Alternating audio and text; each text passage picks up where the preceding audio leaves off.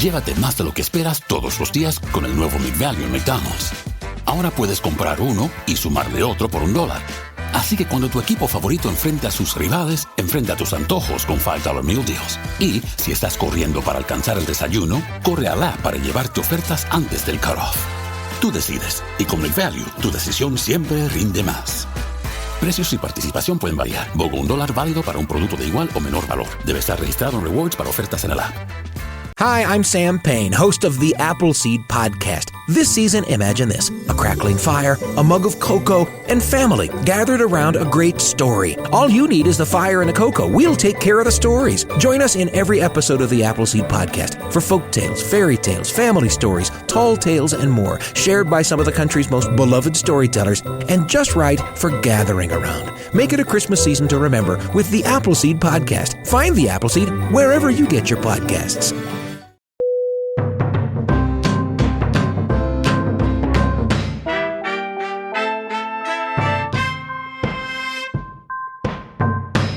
Hello, welcome to Strong Sense of Place. This is our second of 2 mini episodes that we're doing between season 1 and 2. This episode, we are going to answer the questions that you posed to us as part of the survey. I'm very excited about this. Are you excited about this? I am excited about this. All right. First question. This is from Alameda, California. Hello, California. Do you really love every book on your website, or is there a spectrum, some you love more than others? That's a legit question. It's totally legit. I mean, the short answer is yes. We're not putting any books on our website that we wouldn't recommend. Heartily recommend. Yes. Like I would shove those books into pretty much anyone's, what? Except for Restaurant Success by the Numbers. I'm not giving anybody that book. That's a great book. I agree with you that you enjoyed that book. That is not a book I would shove into most people's hands. That's a great book. It is an excellent example of what we mean when we say we love a book. Yeah. So we should unpack that a little bit. Yeah, so let's do that. There are a lot of different ways to love a book. Let's just start there. Here's a few. You can love an author and the way they put language together. You can love an author and the way they present an idea. You can love the characters that that author has created for you. It can feel like you're spending time with a friend. Some books are like museum pieces that you get to carry around with you. You open them up and they present you with pictures and images that you could hang on a wall, but it's in a nice portable format. I think, from my observations of you for almost 30 years, that you also have a lot of affection for books that teach you things. You really like to dig into an idea, and a book that presents new information to you in a way that is compelling and satisfies your curiosity makes you enjoy it. Yeah, I think, for instance, if you're curious about how a restaurant works, you can get a book about how a restaurant works and read that, and it changes the way you walk into a restaurant. Mm-hmm. It presents a new way to look at something that you've seen many times before, and I really enjoy that. I also like fiction. There's a quote that we read fiction because life is too short to get to know that many people well. Mm-hmm. And I totally buy that, right? It is very difficult to get to know somebody well, and fiction is a shortcut to that. And that's compelling. All of this, I feel, is getting far from the point of there are a lot of different ways to love a book, mostly because there are a lot of different ways to represent the truth. But you can rest assured that if there is a book on our website, it is because one of us enjoyed it for one of those reasons. We loved it for one of those reasons. It delivered something of value. We don't just put books on there because they're new or we read them one time. Oh, no. There are a ton of books we have read one time that are not on the site. The other thing is that we wanted this podcast and our site to be passionate and positive about books. Yeah, this is a celebration. We're not here to review critically. Yeah. You ready for the next one? I am ready. This is a multi-parter. It's from Indianapolis, Indiana. Give us a behind-the-scenes look at the production of the podcast. Mainly, I'd be interested to know, 1, how many books do you read for an episode? 2, how do you decide which ones to read? And 3, do you read them all at once or over a period of time? How many books I read for an episode really depends on how the reading goes and my whims. I'm not super regimented. When I was reading for Cuba, the first 3 books I read, I absolutely loved. So I stopped because I thought I have 3 winners. I'm good. Sometimes I have such a long list of books that I want to read for a place. I just keep going, which is how, for example, our circus episode, I've always been interested in circus books. So I think I have something like 25 books that I've read that I really enjoyed. And I had to just choose 3 for the podcast. Which goes in part to answering the other question too. How long does it take? And the answer is we've got a lifetime of reading that we pull from. Mm-hmm. But when we're reading a place that is new to us, it takes a while. I mean, if I'm having a good week, I can read 2, maybe 3 average length novels. But by good week, I mean, I'm spending a lot of time reading. And then there's something like The Labyrinth of Spirits, which is 842 pages. And I've been reading that for about a week. Yeah. So I feel like the short answer to all of this is it depends.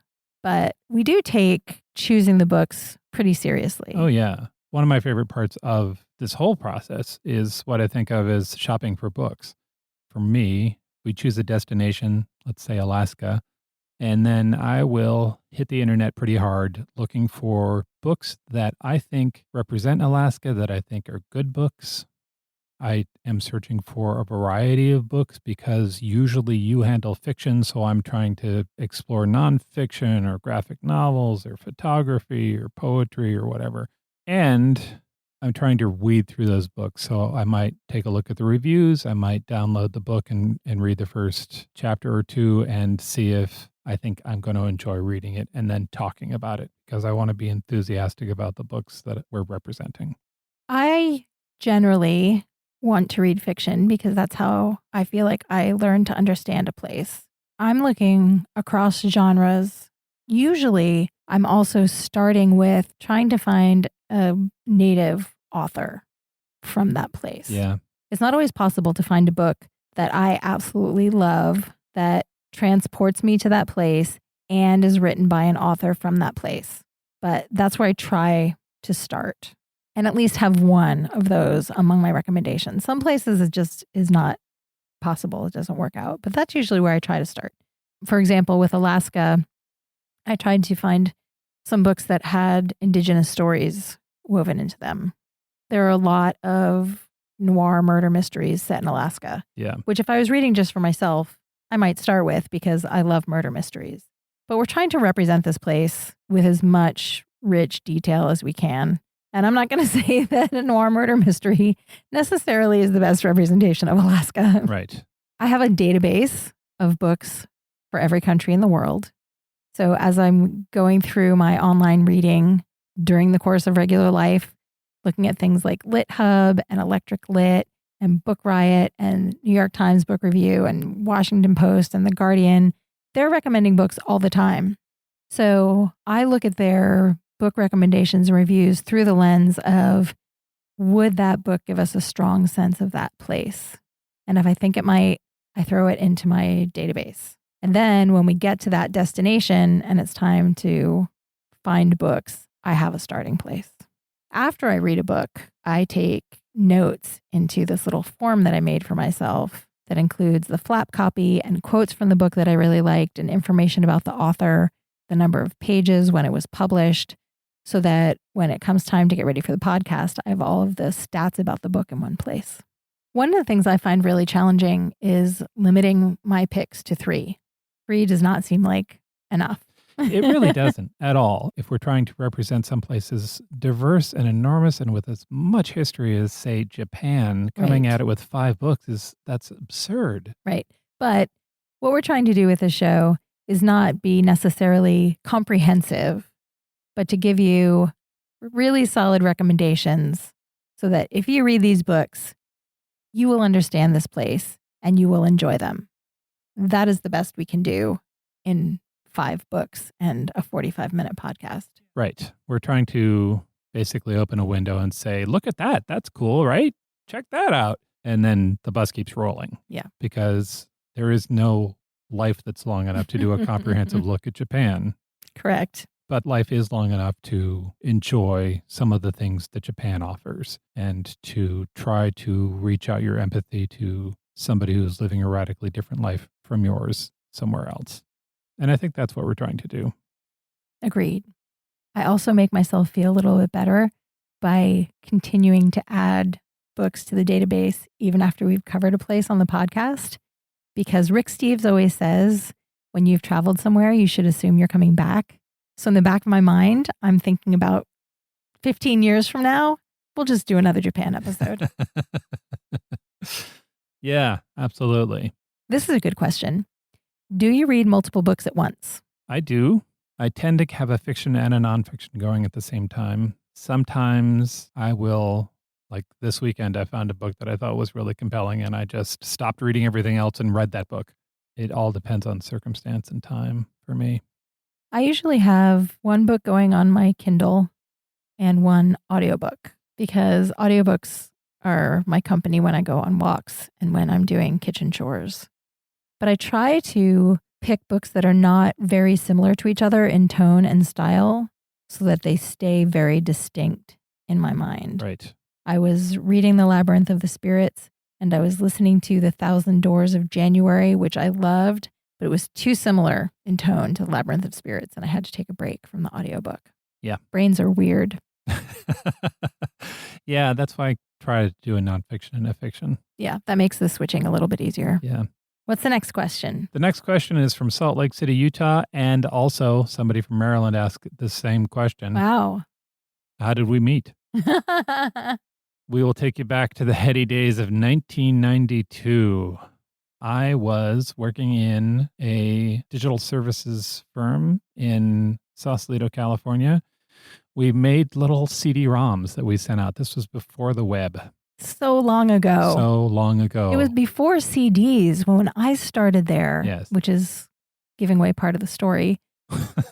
When I started there, we were making 3-inch floppy disks. Yes, that's correct. And mailing those. And you ordered them by looking at a magazine ad and calling an 800 number. Yeah. We're so old. Yeah. I mean, and it felt like that happened for like 20 minutes. Yeah. Between when magazines were a thing and when websites were a thing. Yeah. Anyway, I worked at a firm that was doing that, making little interactive displays. So For marketing purposes. For marketing purposes. They were interactive ads. Yeah. So you'd, see a magazine ad for a Ford and you'd call and you'd get a disc and you'd put that in your PC and you'd look at a new car and choose the color you wanted and that sort of thing. I'd been there for, I guess, about a year and a half. And then one day my manager asked me to do an informational interview and I went into the room and then Mel walked into the room. Baby me. I had just graduated from college from Syracuse University, and my mom and I had moved to Escondido, California, which is near San Diego.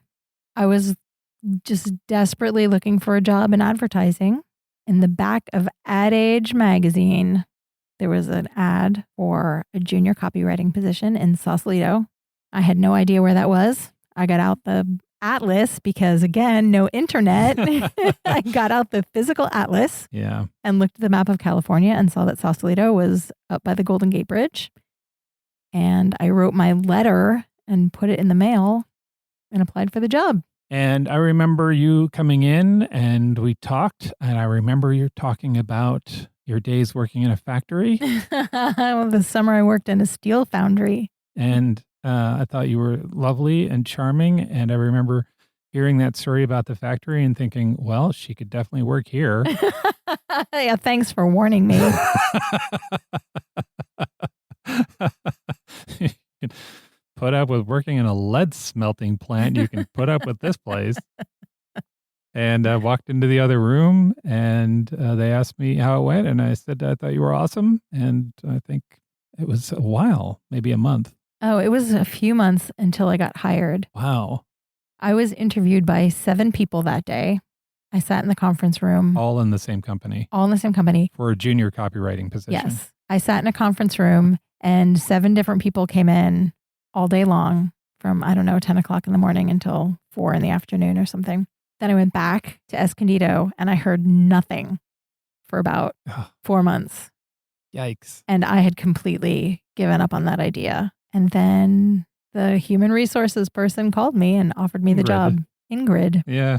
who later laid me off from that job. Yes. My first real job in the world, I got laid off because I don't know what happened with the downturn in our business, but I got laid off from my first job.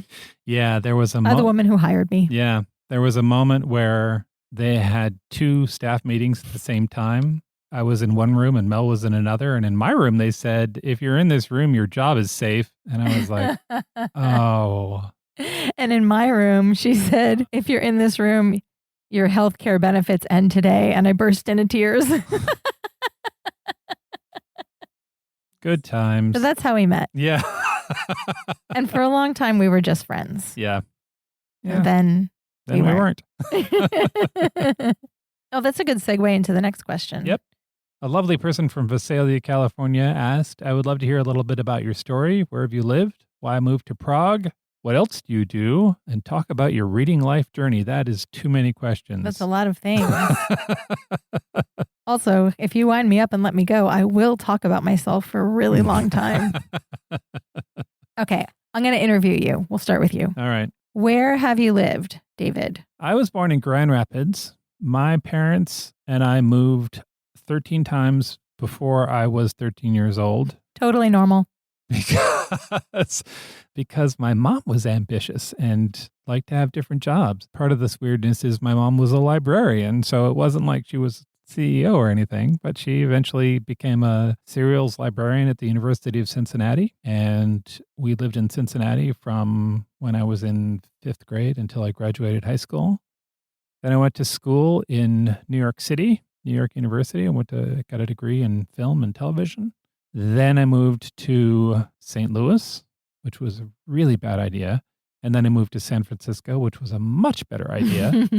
And then we met, and together we moved to Austin, Texas. And then we lived there for a long time, 13 years. Mm-hmm. Moved to White River Junction, Vermont for a few years. And then we moved to Prague. That's a lot of places. It is a lot of places. I have been a wanderer my entire life. Also, fun fact, Dave's mom brought a book to our wedding. Yes, my mom is. Which, in hindsight, is much more charming and delightful than it was at the moment. My mom was a dedicated lifetime reader. My mother moved through more books than I ever hoped to. She passed away about 10 years ago, and one of the things that I loved most about my mom was talking about books with her. So at the time, I started going to a book club and reconfirmed that I really enjoyed talking about books with people. And that indirectly led us here. I grew up in Orwigsburg, Pennsylvania, and I lived there until I was 18, and I went to Syracuse University for school. After I graduated, I moved to Escondido with my mom, and then to San Francisco. And then my path follows Dave's path. Yeah. We moved to Prague because somewhere along the line, we got it in our heads that we wanted to travel more. And then that kind of morphed into it would be really fun to live in Europe and travel more. And that was a long process because we both had corporate jobs. And the first step in that process was coming up with a way to be geographically independent. Right. So that we could live in Europe without having to worry about someone else giving us employment. And that's kind of how we ended up writing our cookbooks. Right. Maybe you don't know. Mel wrote 3 cookbooks, and together we took pictures of so many dishes, so many plates of food. So many food photos. So many. So many moving pieces of parsley with tweezers. Yes. And it's called the Well Fed Cookbook Series. Mm-hmm. They're paleo recipes, which means they don't have gluten or added sugar or dairy, but they're very fun and very flavorful. And even if you're not paleo, you could make them and you could put cheese on top of things if you really feel compelled to and eat real rice instead of cauliflower rice. The recipes are, I'm just going to say it, the recipes are really good. Fact. Mel is an awesome cook. Anyway, that's kind of how we ended up here. I want to tell a story that's going to take us way back. Okay. When I was in college, in my retail advertising class, it was a copywriting class, which meant we were going to be writing copy for magazine ads and newspaper ads. Maybe the first week, we were given an assignment to create a business, and that would be the business that we would write all of our ad copy about for the entire semester. My business was a fruit, vegetable, and spice shop in New York, where I would go to the docks. This is my made up story. I would go to the docks and I would pick out cool produce and spices and stuff and bring it back to my shop. And at the shop, I would have recipes and cooking classes and evening events with wine and tastings because I wanted people to be able to eat things and try things from all around the world. I would play the music. We would change the decor. There would be themes, the whole schlemiel. At different stages of my life, I've always had that idea in different versions. So the cookbooks, the Well-Fed cookbooks are international recipes. The little head notes at the beginning of each recipe tell a little story about why that recipe is important and what it means in the culture that it comes from. And here we are with Strong Sense of Place. And I have a travel journal where I've meticulously written lots and lots of information about all the places we visited. This is a continuing theme in my life of wanting to explore the world and share it with other people. And this is my favorite version of that story so far. Yeah. One of the questions we were asked in the survey was somebody was curious about other careers that we've had. And I just wanted to mention that because to follow up on what you just said, like we've had different careers as writers and web developers and producers of media. I feel like all of those jobs have led us here and have taken all of the skills that we've developed over the years have allowed us to do the thing that we're doing now. Including working in the steel foundry. Yeah. This question comes from Toronto, Canada. Hello, Toronto. We love Canada. I enjoyed your city very much when I was there a few years ago. Where else would you guys want to live for a few years if you were to move away from Prague? I kind of have it in my head that sometime I would like to live a kind of beach lifestyle, not for very long. In my imagination, it's maybe a year where we live very close to the beach and our days begin and end with a walk on the beach. And sometimes in my imagination, it's something like Santa Monica, where it's warm and sunny and just your classic sandy beach. And sometimes it's the coast of Ireland or Maine, where it's rocky and windy and very dramatic. That was the first place my mind went to when you said live along a beach, which I realized is not what most people think of when they think of living by the beach. I just think it would be fun to have a lifestyle that's very connected to nature that way, but I don't know that that would suit me for the long term. But I think for a year, that could be really attractive. One of the things I've learned from our living in cities and small towns throughout our lives is that I am much more of a city person. I get a lot of energy from being out and having other people around doing things, even though I'm not necessarily interacting with them. Yes. Like you, I tend to be more city oriented. And I think about things that way. In terms of cities I would live in it, I mean, that's a huge number. Off the top of my head, I think of places like Vancouver, Paris. I would live in Paris if I had $1 billion. Mm-hmm. Edinburgh was... Yeah, I really, really enjoyed Edinburgh. Delightful. Mm-hmm. I would consider Tokyo for a limited amount of time just because it seems so unlike anything we've done before. New Zealand has its charm. I mean, there's so many places where it's like, I don't know, what do you got? Yeah, I kind of have this idea that I turn over my mind sometimes that after Smudge goes to college and we don't have to be rooted in one place, that we would take a year and pack very lightly and every quarter live in a different place. Just like live 4 different places in a year. Mm-hmm. Because we've never done that. Usually when we travel, before we moved here, when we would travel, we would go for long periods of time. The first time we came to Prague, we stayed for 4.5 weeks. And another time we came to Prague and Croatia and our trip was 6 weeks. So that's the way we usually travel so that we can really nest in. We've never visited multiple places in a short period of time. And really like digging in for a few months in a place and then going somewhere new would be a completely different thing for us. Yeah. Just to be clear, Smudge going to college is a euphemism. I don't want to explore that too much, but just in case you're wondering whether we think our What is cat's she talking going about? to college. Smudge is very intelligent. She was accepted to Harvard. She's looking at the humanities program, but I don't know. Is there a living in that? I don't know. One of the things I wonder about being more of a wanderer is if it would get lonely. I was worried about being lonely when we moved to Prague. And we have a very rich circle of friends and acquaintances here. It's wonderful. But I wonder what it would be like to be the outsider over and over and over again when you move to new places on a regular basis. But I also feel like I'm curious about that, and it could be really interesting to explore. Yeah, one of the things that I think was really interesting about moving to Prague was settling into the role of being the outsider, because there was no illusion that we were going to magically be a part of the Czech culture. But we also we've met a ton of people who are lovely, just really kind and friendly and welcoming. That's been very rewarding and heartening. We've lived a lot of places, and we've always had people around us that we really loved that were awesome.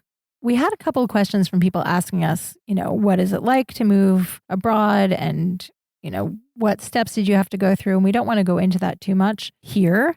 But if you've ever been curious about it, and one of the things that makes you nervous is, are you going to be lonely? There are lovely people everywhere. Thank you so much for listening. Season 2 is going to start soon. We are going to go to Paris. I'm so excited about that. I'm very enthusiastic about Paris, and we will talk to you then. Look for announcements on the website, in the newsletter, on social media, so that you don't miss the first episode of season 2. And we will be rolling out the full schedule for season 2 on our website shortly. Which is also very exciting. Talk to you soon.